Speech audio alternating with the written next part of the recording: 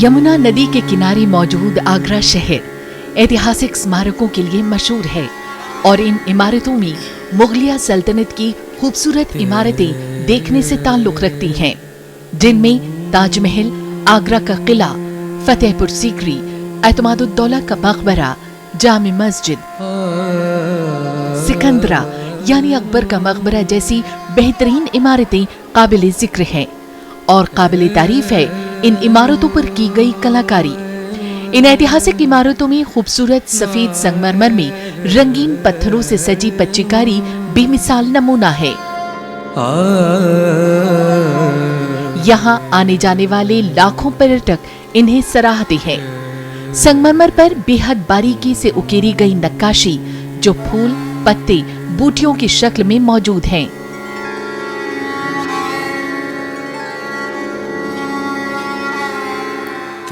इनमें जालीदार मेहराब है, महीन नक्काशी है, जड़ाऊ पच्चीकारी है।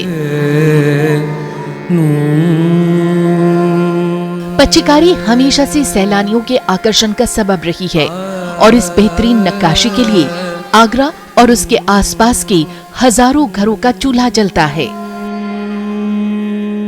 अस्मिता में इस बार हमारी कोशिश होगी कि आपको पच्चीकारी जैसी बेशकीमती कला से रूबरू करवा सकें।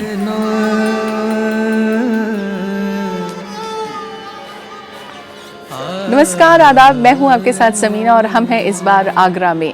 अस्मिता का ये सफ़र वैसे बेहद दिलचस्प है, लेकिन अगर मैं आगरा की बात करूं तो आगरा हमेशा से चमड़ा उद्योग और पीठे के लिए जाना जाता रहा, लेकिन यहाँ के एक बेहद प्राचीन कला है जिसे पच्चीकारी कहते हैं। हजारों हजार कारीगर यहाँ इस काम में लगे हुए हैं, चाहे ताजमहल हो, एतमादुद्दौला का मकबरा हो, चाहे लाल किला हो या हो फतेहपुर सीकरी। यहाँ पर आपको इस तरह की पच्चीकारी देखने को मिलती है और इस काम में आगरा के हजारों हजार कारीगर लगे हुए हैं। आज हमने सोचा कि अस्मिता में आपको ले चलें इन ऐतिहासिक इमारतों से होते हुए उन कारीगरों की घरों तक जहाँ बेपनाह गरीबी है, गुर्बत है, जहाँ कला के ये बेहतरीन नमूने हैं, लेकिन उनके पास अपने लिए 2 वक्त की रोटी का इंतज़ाम करना आज बेहद मुश्किल हो चला है।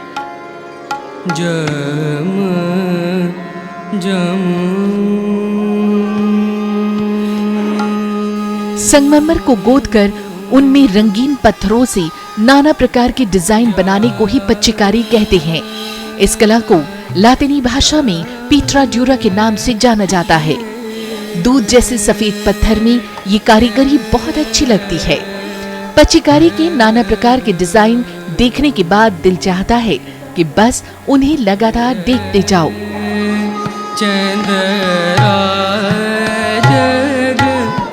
संगमरमर में तराशा गया ताजमहल अपनी भव्यता के लिए अपना एक अलग मकाम रखता है।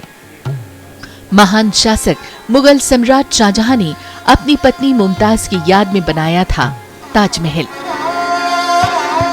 पच्चीकारी कलाकारों को ईरान और एशिया के पूर्वी और दक्षिणी भाग से बुलाया गया। मुगल काल में इसे पच्चीकारी कहा जाता था, जिसका अर्थ है जड़ना। श्रीलंका और अफगानिस्तान जैसे देशों से बेमिसाल पत्थरों को मंगवाकर पच्चीकारी का काम किया गया। लाल बलुआ पत्थर पास में मौजूद फतेहपुर सीकरी और धौलपुर क्षेत्र से मंगवाए गए, जो ताजमहल के साथ साथ यहाँ मौजूद कई ऐतिहासिक इमारतों में अपना एक खास स्थान रखते हैं। जब मुगल वंश आया जो है यहाँ पर, मुगल सल्तनत आई जो है, क्योंकि बिल्डिंगें बनाने में, इमारतें बनाने में इन लोगों को शौक़ था जो है। पच्चीकारी काम नूरजहाँ के टाइम में हुआ, मुमताज़ के टाइम पे हुआ, उसके बाद शाहजहाँ के टाइम पे तो बहुत ज़्यादा हुआ। और सबसे बड़ी बात है कि उस समय जो पत्थर लगे हुए हैं यहाँ पर, वो सिर्फ इंडिया में नहीं मिलते थे। बेल्जियम से आए हैं, अफ़गानिस्तान से आए हैं, चीन से आए हैं। जो अभी पत्थर आते हैं तो जैसे ग्रीन पत्थर है वो साउथ अफ्रीका से आता है, जैसे फिरोज़ा है वो ईरान से आता है, कोरल है मूंगा वो इटली से आता है, सीप है कलर में रंगीन वो न्यूजीलैंड से आती है, शीशल जिसको बोलते हैं। अभी टर्कवाइज है अंडमान निकोबार से आता है। तो ये ज़्यादातर जो पत्थर है ना ये सब बाहर के ही हैं स्टोन। राज्यसभा टीवी की टीम का ये सफर बेहद दिलचस्प रहा, क्योंकि ये सफर भी इतिहास के दरीचे से होता हुआ कुछ बेहद खूबसूरत और विश्व संरक्षित इमारतों से आपको रूबरू करा जाता है। तमाम परमिशंस और एक लंबी जद्दोजहद और संघर्ष के बाद हम इस इमारत में दाखिल होते हैं।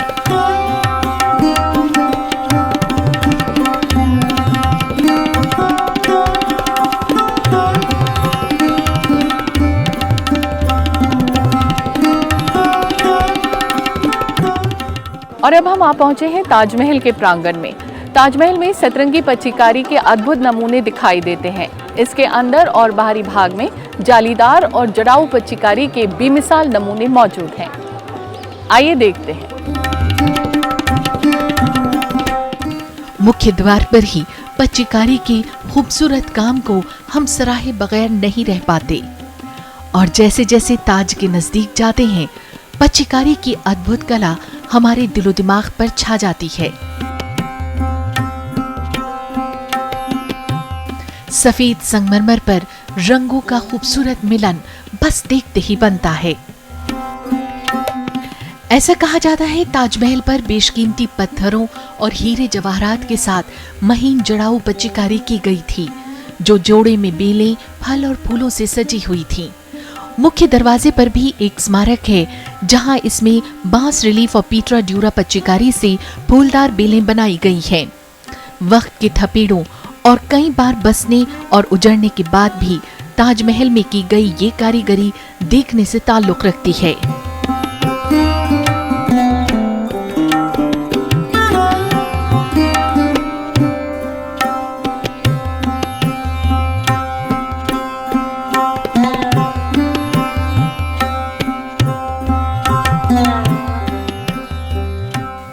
और अब हम आ पहुंचे हैं एतमादुद्दौला के मकबरे पर।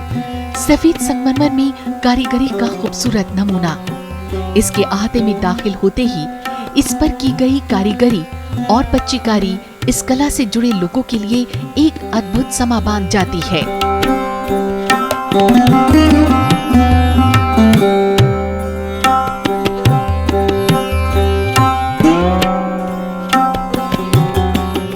हम और हमारी टीम भी इसकी वास्तुकला को सराहे बगैर न रह सके।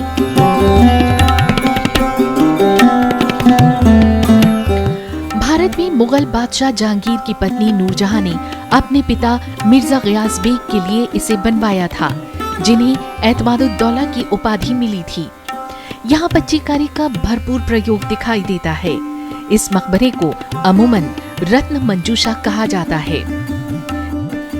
ये मकबरा ताजमहल का मूल रूप माना जाता है, क्योंकि ताजमहल के कई वास्तु तत्व यहाँ परखे गए थे, जिसका जिक्र राजकीय इतिहासकार अब्दुल हमीद लाहौरी ने अपनी पुस्तक बादशाहनामा एवं फरमान में किया है। इतिहास की इन्हीं दरीचों से होते हुए पच्चीकारी की एक खूबसूरत मिसाल देखने को मिलती है आगरा के लाल किले में। कई एकड़ में फैले लाल किले का निर्माण 1639 में शाहजहां ने करवाया था। लाल किला यूनेस्को विश्व धरोहर में आता है। अब हम हैं आगरा के लाल किले के अंदर। यहाँ शाहबुर्ज, झरोखा और दीवाने खास में पच्चीकारी के बेहतरीन नमूने देखे जा सकते हैं। आगरा के लाल किले में भी पच्चीकारी के खूबसूरत नमूने देखने को मिलते हैं। मुसम्मन बुर्ज हो, दीवाने खास हो या हो खास महल, पच्चीकारी का काम देखते ही बनता है।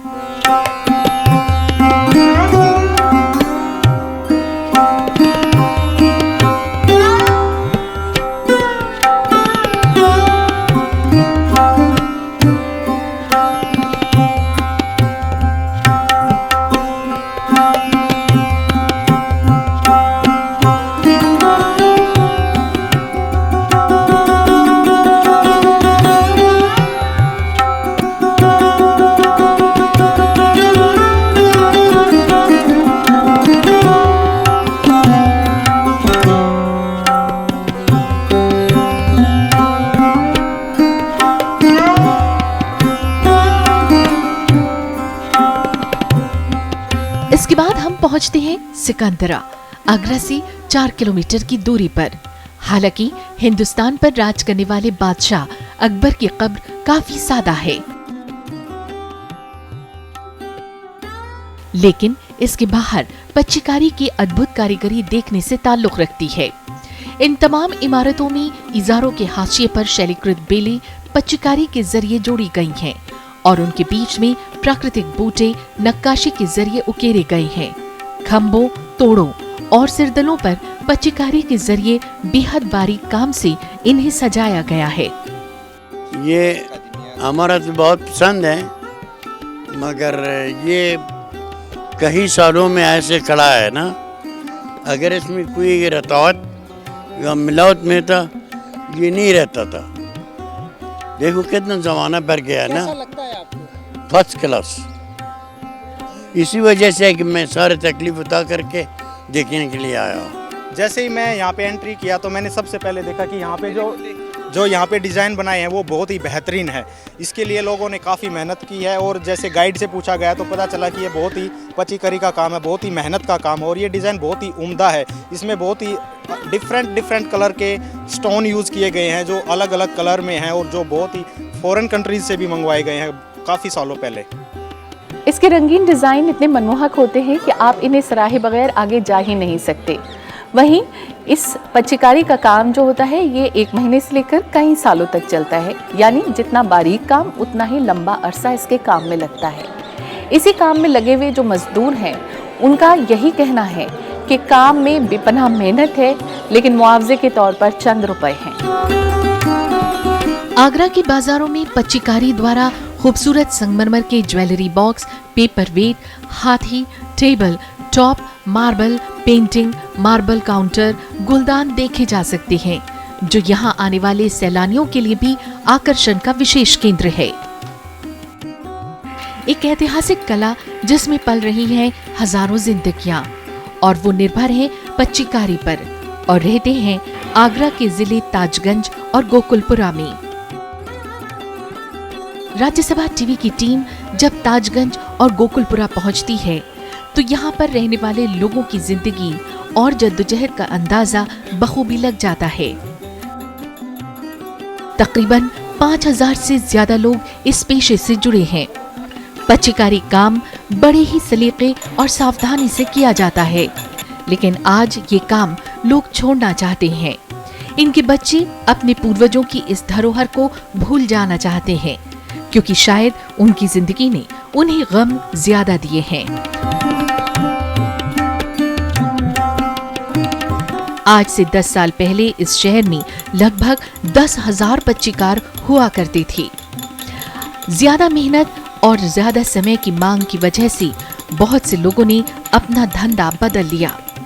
पच्चीकारों की हालत सुधारने और उन्हें अपना हक दिलवाने के लिए अभी तक कोई ठोस कदम नहीं उठाए जा सके, जिसकी वजह से आज वो अपना काम छोड़कर दूसरे कामों की तरफ जा रही हैं। मैं तो चाहता हूँ कि ये बच्चे हमारे ना करें तो बहुत अच्छा है, क्योंकि हमारे जान पे आने वाला काम है ये। क्योंकि आज हमने सीख लिया है, तो सीखने के बाद हम कुछ जानते नहीं है इसके अलावा, इसलिए हम कर रहे हैं इस काम को। मैं रोजगार अच्छा होता है तो इंसान चलो कोई बात नहीं, अब इसमें क्या है कि मजबूरी में इंसान काम करे चला आ रहा है इसमें खाली बस। ताज के ऊपर जो पच्चीकारी हुई हुई है, जो लोग ताज देखने के लिए जाते हैं, जो टूरिस्ट बाहर का आता है ताज देखने के लिए जाता है, ताज के ऊपर जो पच्चीकारी, मकबरे के ऊपर जो पच्चीकारी हुई है, लेकिन उसको देख के लोग बाहर के टूरिस्ट खुश होते हैं, लेकिन कारीगर को देख के दुखी होते हैं। आज कारीगर भूख पड़ी की कगार पे, खाने को नहीं है कारीगर के पास। अगर यही हाल रहा तो फिर आगे कौन सिखाएगा? ये कलाकारी खत्म हो जाएगी, ये नहीं गई सीमित है। सरकार की तरफ से हमें रोक लगा दी गई है ना। पहले बच्चे जो है हम सीखे 8-9 साल में काम, अब जो बच्चे हैं तो वो सरकार कहती है कि 14 साल से कम का बच्चा नहीं होना चाहिए। 14 साल का बच्चा तो फिर आता ही नहीं है काम पे, फिर तो वो काम ही नहीं सीखेगा, ना काम आगे बढ़ेगा, फिर तो काम खत्म हो जाएगा ये। लेकिन आज भी बहुत से परिवारों के लिए ये 2 वक्त की रोटी जुटाने का सबब है। मेहनताने की भी बात करेंगे, लेकिन उससे पहले मैं आपको ये ज़रूर दिखाना चाहूँगी कि जो पच्चीकारी के खूबसूरत नमूने आप और हम एम्पोरियम्स में देखते हैं या दुकानों पर देखते हैं, दरअसल उसमें किस तरह की मेहनत इन्वॉल्व होती है, किस तरह का प्रोसेस होता है। तो आइए चलिए हमारे साथ देखते हैं इस पूरे प्रोसेस को। पच्चीकारी के जो अद्भुत नमूने इन इमारतों पर दिखते हैं, उनको खूबसूरत बनाने के पीछे एक अच्छी खासी मशक्कत होती है। शामिल होता है बेशुमार कारीगरों का खून पसीना, तब जाकर कला का अद्भुत नमूना सामने आता है।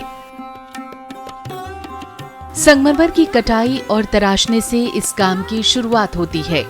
सबसे पहले जिस संगमरमर के टुकड़े पर काम किया जाना होता है, उसे पहले उसी आकार में काट लिया जाता है। कई जगह पर संगमरमर को और भी चिकना बनाने के लिए उसे मोम के अंदर उबाला भी जाता है।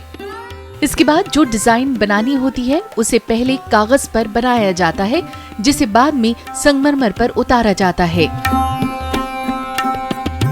मैं पहले इस पर डिजाइन कागज पे डिजाइन बनाता हूँ और कागज पे डिजाइन बनाने के बाद फिर मैं इनको दे देता हूँ बनाने के लिए। इस पे ये डिजाइन मार्किंग करते हैं।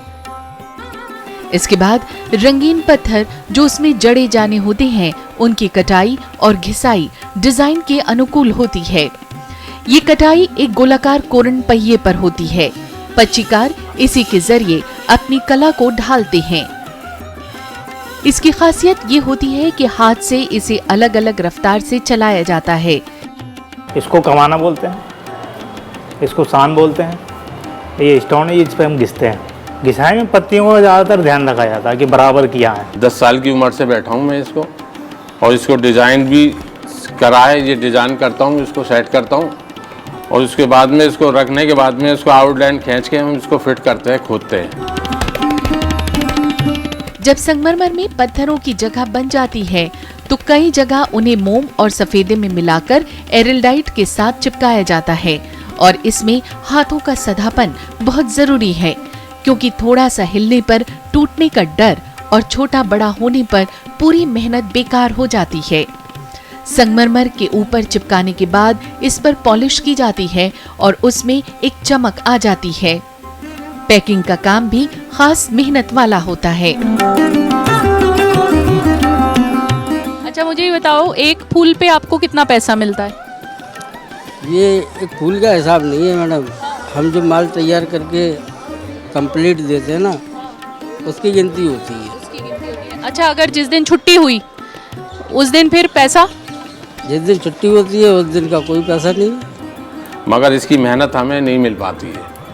इसको तैयार करके ले जाते हैं शोरूम वाले, जो हैं हमें 1000 रुपये देते हैं, वो लाखों रुपए कमाते हैं। ये टाँकी है और ये बक्सा है, इसका ये ढक्कन है।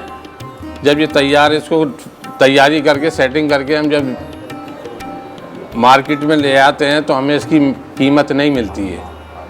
इसकी कीमत मिलती है शोरूम वालों को। इनके साथ परेशानी है वो ये है कि ये लोग पढ़े लिखे नहीं हैं, और इनको अपनी पढ़ाई के लिए कोई ऐसा स्कूल नहीं है जहाँ ये अपने बच्चों को पढ़ा सकें। छोटा बच्चा जब पैदा होता है तो पैदा होते ही वो इस पच्चीकारी के काम में लग जाता है। वजह उसकी सिर्फ यही है कि इनकम ऑफ सोर्स उनकी कम है। जो चीज़ हमारे यहाँ बनती है, जिस कारीगर को हम 100 रुपये हमारे कारीगर को मिलते हैं, वही चीज़ वहाँ जा कर के लाखों रुपए की बिकती है। तो ये बीच के जो शोरूम वाले हैं, जो बेचने वाले हैं या एक्सपोर्टर हैं, सारी कमाई जो है ये ले जाते हैं मलाई। यहाँ तो खाली पानी रह जाता है। लेकिन एक खूबसूरत पीस बनाने के पीछे छिपी मेहनत का मेहनताना ना के बराबर होता है, और इन कारीगरों की आर्थिक और सामाजिक स्थिति लगातार गिरती जा रही है। मैं डिज़ाइनर हूँ, लेकिन इसके अंदर मेरी कोई वैल्यू नहीं है। डिज़ाइनिंग कोई वैल्यू नहीं है। आज क्या है कि छोटा मोटा सा कोई डिज़ाइन बना देते हैं, आज उसकी लाखों करोड़ों रुपए की वैल्यू होती है, लेकिन हमारे डिज़ाइन की कोई वैल्यू नहीं है। आज हम छोड़ने की कगार पे हैं इस काम को। हम छोड़ देंगे, हम अपने बच्चों को नहीं सिखाते, हम छोड़ देंगे इस काम को, क्योंकि भूखमरी के कगार पे सरकार कुछ कर नहीं पाती है हमारे लिए। हम लोगों ने बार बार इस चीज़ को ऑब्जेक्शन उठाया, लेकिन किसी ने हमारी फरियाद नहीं सुनी। ज़रा सोचिए, जिन पैसों में आप और हम इस कारीगरी के बेहतरीन नमूनों को खरीदते हैं और जिन्हें ये बनाते हैं, और जिन पैसों में ये बिजनेसमैन या बिचौलियों को देते हैं, उन पैसों में ज़मीन आसमान का फ़र्क नज़र आता है। बेपनाह मेहनत है इस काम में, लेकिन कहीं ना कहीं बिचौलिए और बड़े बिजनेसमैन की जेब इससे काफ़ी कुछ भर जाती है। इनके हाथ में चंद सिक्के नज़र आते हैं। इनके पास जाने पर भी ये कुछ बोलते नहीं, खामोश रहते हैं। वो किसी ने क्या कहा है ना कि लब खुलेंगे तो उतर जाएंगे चेहरे कितने, शायद ये उसी की तर्जुमानी करते। कारीगरी के ये अद्भुत नमूने दिल को बाग बाग कर देते हैं। महंगे होने के बावजूद पच्चीकारी का अपना एक अलग महत्व बना हुआ है। लोगों के अंदर इसका क्रेज है, मगर अब इसका चलन इतना नहीं रहा है और ये कारीगरी सिर्फ आगरा तक ही सिमट कर रह गई है। पच्चीकारी का काम बेहद कठिन और परिश्रम की मांग करता है। बारीक काम होने की वजह से कारीगरों की आंखें तो कमजोर हो ही जाती हैं, उंगलियां भी घिस जाती हैं। टीवी बन जा, कैंसर बन जा, कुछ भी बन सकता है इसमें। धूल मिट्टी का काम है। ये हम स्टोन में खुदाई कर रहे हैं और ये खुदाई करना बहुत स्टोन हार्ड होता है, तो इस वजह से हाथों में छाले भी पड़ जाते हैं। ये जो आपकी उंगलियां हैं इनमें छाले आ जाते हैं। जी आप देखिए, खुद देखिए ना, इसको मतलब बहुत फर्क आता है। और इसको मतलब ये ठोस हो गई है उंगली, लोया चला चला के लोया तो उंगली ठोस हो गई है, तो इस वजह से थोड़ा मतलब दिक्कत आती है। हालांकि खपत अच्छी खासी है, बाजार में एक से बढ़कर एक काम दिखाई देता है, लेकिन इस काम से जुड़े मजदूरों की हालत क्यों ऐसी है कि इनके हुनर का सिला इन्हें नहीं मिल पा रहा है। इनमें से तो कई ने अपने बच्चों को इस काम से दूर रखा है, जो कभी इनका संस्कार, विरासत और इनका वजूद था। जिस वक्त ये पत्थर को काटते हैं या उसकी कारीगरी से फूल पत्ती बनाते हैं, उसका जो डस्ट उड़ता है वो सांस के सहारे से इनके अंदर जाता है, तो उन्हें किसी को सांस की बीमारी हो जाती है, किसी को कैंसर हो जाता है, किसी को कोई और बीमारियां हो जाती हैं, तो इससे बीमारियां पैदा होती हैं। उसके लिए सरकार ने अभी तक कोई ऐसा हॉस्पिटल नहीं बनाया कि जहां इनको मुफ्त दवाएं मिल सकें। किसी भी जगह जाते हैं वहाँ इनसे पैसा मांगा जाता है कि भाई तुम तो कमाते हो, पैसा दो यार, तो इन्हें प्राइवेट डॉक्टरों में जाने में दिक्कत होती है। इसकी वजह से उससे बचने के लिए तो ये बेचारे मजदूरी दूसरे तरीके ही करने लगे हैं। कोई लोग बोझा ढोने लगा है, कोई आदमी दुकान पे बैठने लगा है, कोई परचूनी की दुकान खोल के बैठ गया है, तो ज़्यादातर ये कारीगर हौले हौले इस चीज़ को छोड़ते चले जा रहे हैं। और अब हम जा रहे हैं पच्चीकार की दुनिया के बेमिसाल कारीगर से मिलने। आगरा के नामचीन पच्चीकार इकबाल अहमद एक पुश्तैनी पच्चीकार हैं। उन्होंने ये कला अपने पिता हफीज अहमद से सिर्फ 12 साल की उम्र में सीखनी शुरू की। इकबाल अहमद को कई राष्ट्रीय और अंतर्राष्ट्रीय पुरस्कार से सम्मानित किया जा चुका है, जिनमें खास हैं शिल्प गुरु, तत्कालीन राष्ट्रपति नीलम संजीवा रेड्डी द्वारा दिया गया 1979 में राष्ट्रीय पुरस्कार और अमेरिका के तत्कालीन राष्ट्रपति बिल क्लिंटन के आगरा आगमन पर इकबाल अहमद को विशेष रूप से पच्चीकारी कला को प्रदर्शित करने का अवसर मिला। इन तमाम नाउम्मीदियों के बीच उम्मीद की कुछ किरणें बाकी हैं। कुछ ऐसे लोग हैं जो अपने पूर्वजों की इस विरासत को आगे ले जाने के ख्वाहिशमंद हैं। हमारे साथ हैं इकबाल अहमद साहब, जिन्हें नेशनल अवार्ड से लेकर शिल्प गुरु अवार्ड से भी सम्मानित किया गया, जो पच्चीकारी में अपना एक अलग मकाम रखते हैं। बहुत बहुत खुशामदीद इकबाल साहब, आप बेहद खुशी हो रही है आज आपसे हमें बात करते हुए। हाँ, मुझे भी खुशी है आप लोगों से मिलकर। मैं यही जानना चाहती हूँ आपसे कि आपको माशाल्लाह से बहुत अच्छे अवार्ड्स भी मिले, लेकिन अगर आपके पुराने वक्त की बात की जाए, आपके पूर्वजों की बात की जाए, आपके बुज़ुर्गों की बात की जाए, तो आपके यहाँ ये कब से परंपरा चली आ रही है और आपने कब से काम करना शुरू किया? मैंने असल में मैंने तो अपने 8-9 साल की उम्र से मैंने काम पे बैठना शुरू कर दिया था। मैं स्कूल जाता था, स्कूल से आने के बाद मैं फादर के पास बैठ जाता था। फादर काम करते थे पच्चीकारी का, तो उनके साथ में बैठ जाता था। मैं करता नहीं था, देखता था खाली। फिर उससे फादर करते थे, उसके बाद हमारे फादर के मामू करते थे काम। मुझे कम से कम नहीं तो अभी ये काम करते हुए 55 साल के करीब हो गए, 55 साल से भी ज़्यादा हो गए।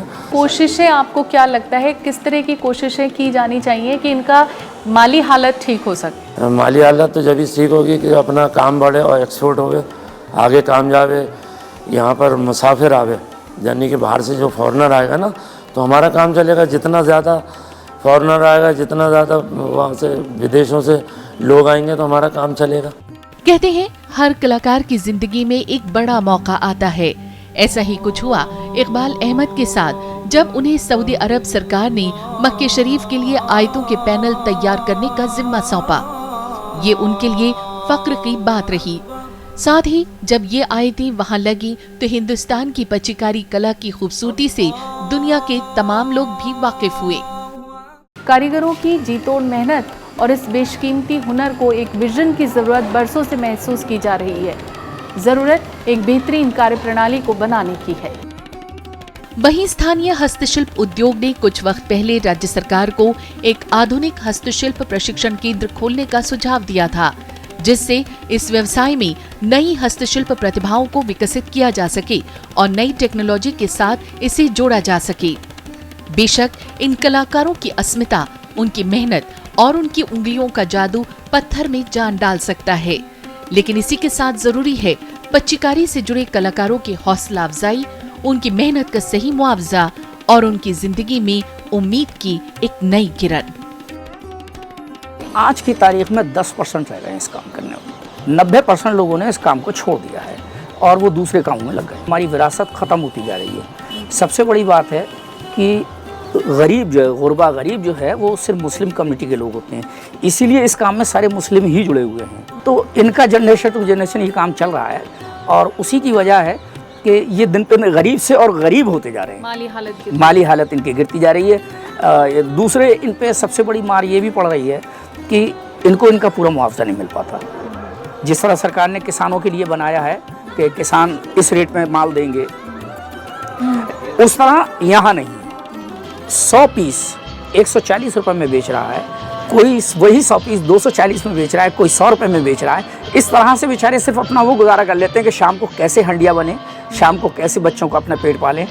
सोचो इसमें अपनी हार है कि जीत है, उसे अपना लो जो भी जीवन की रीत है।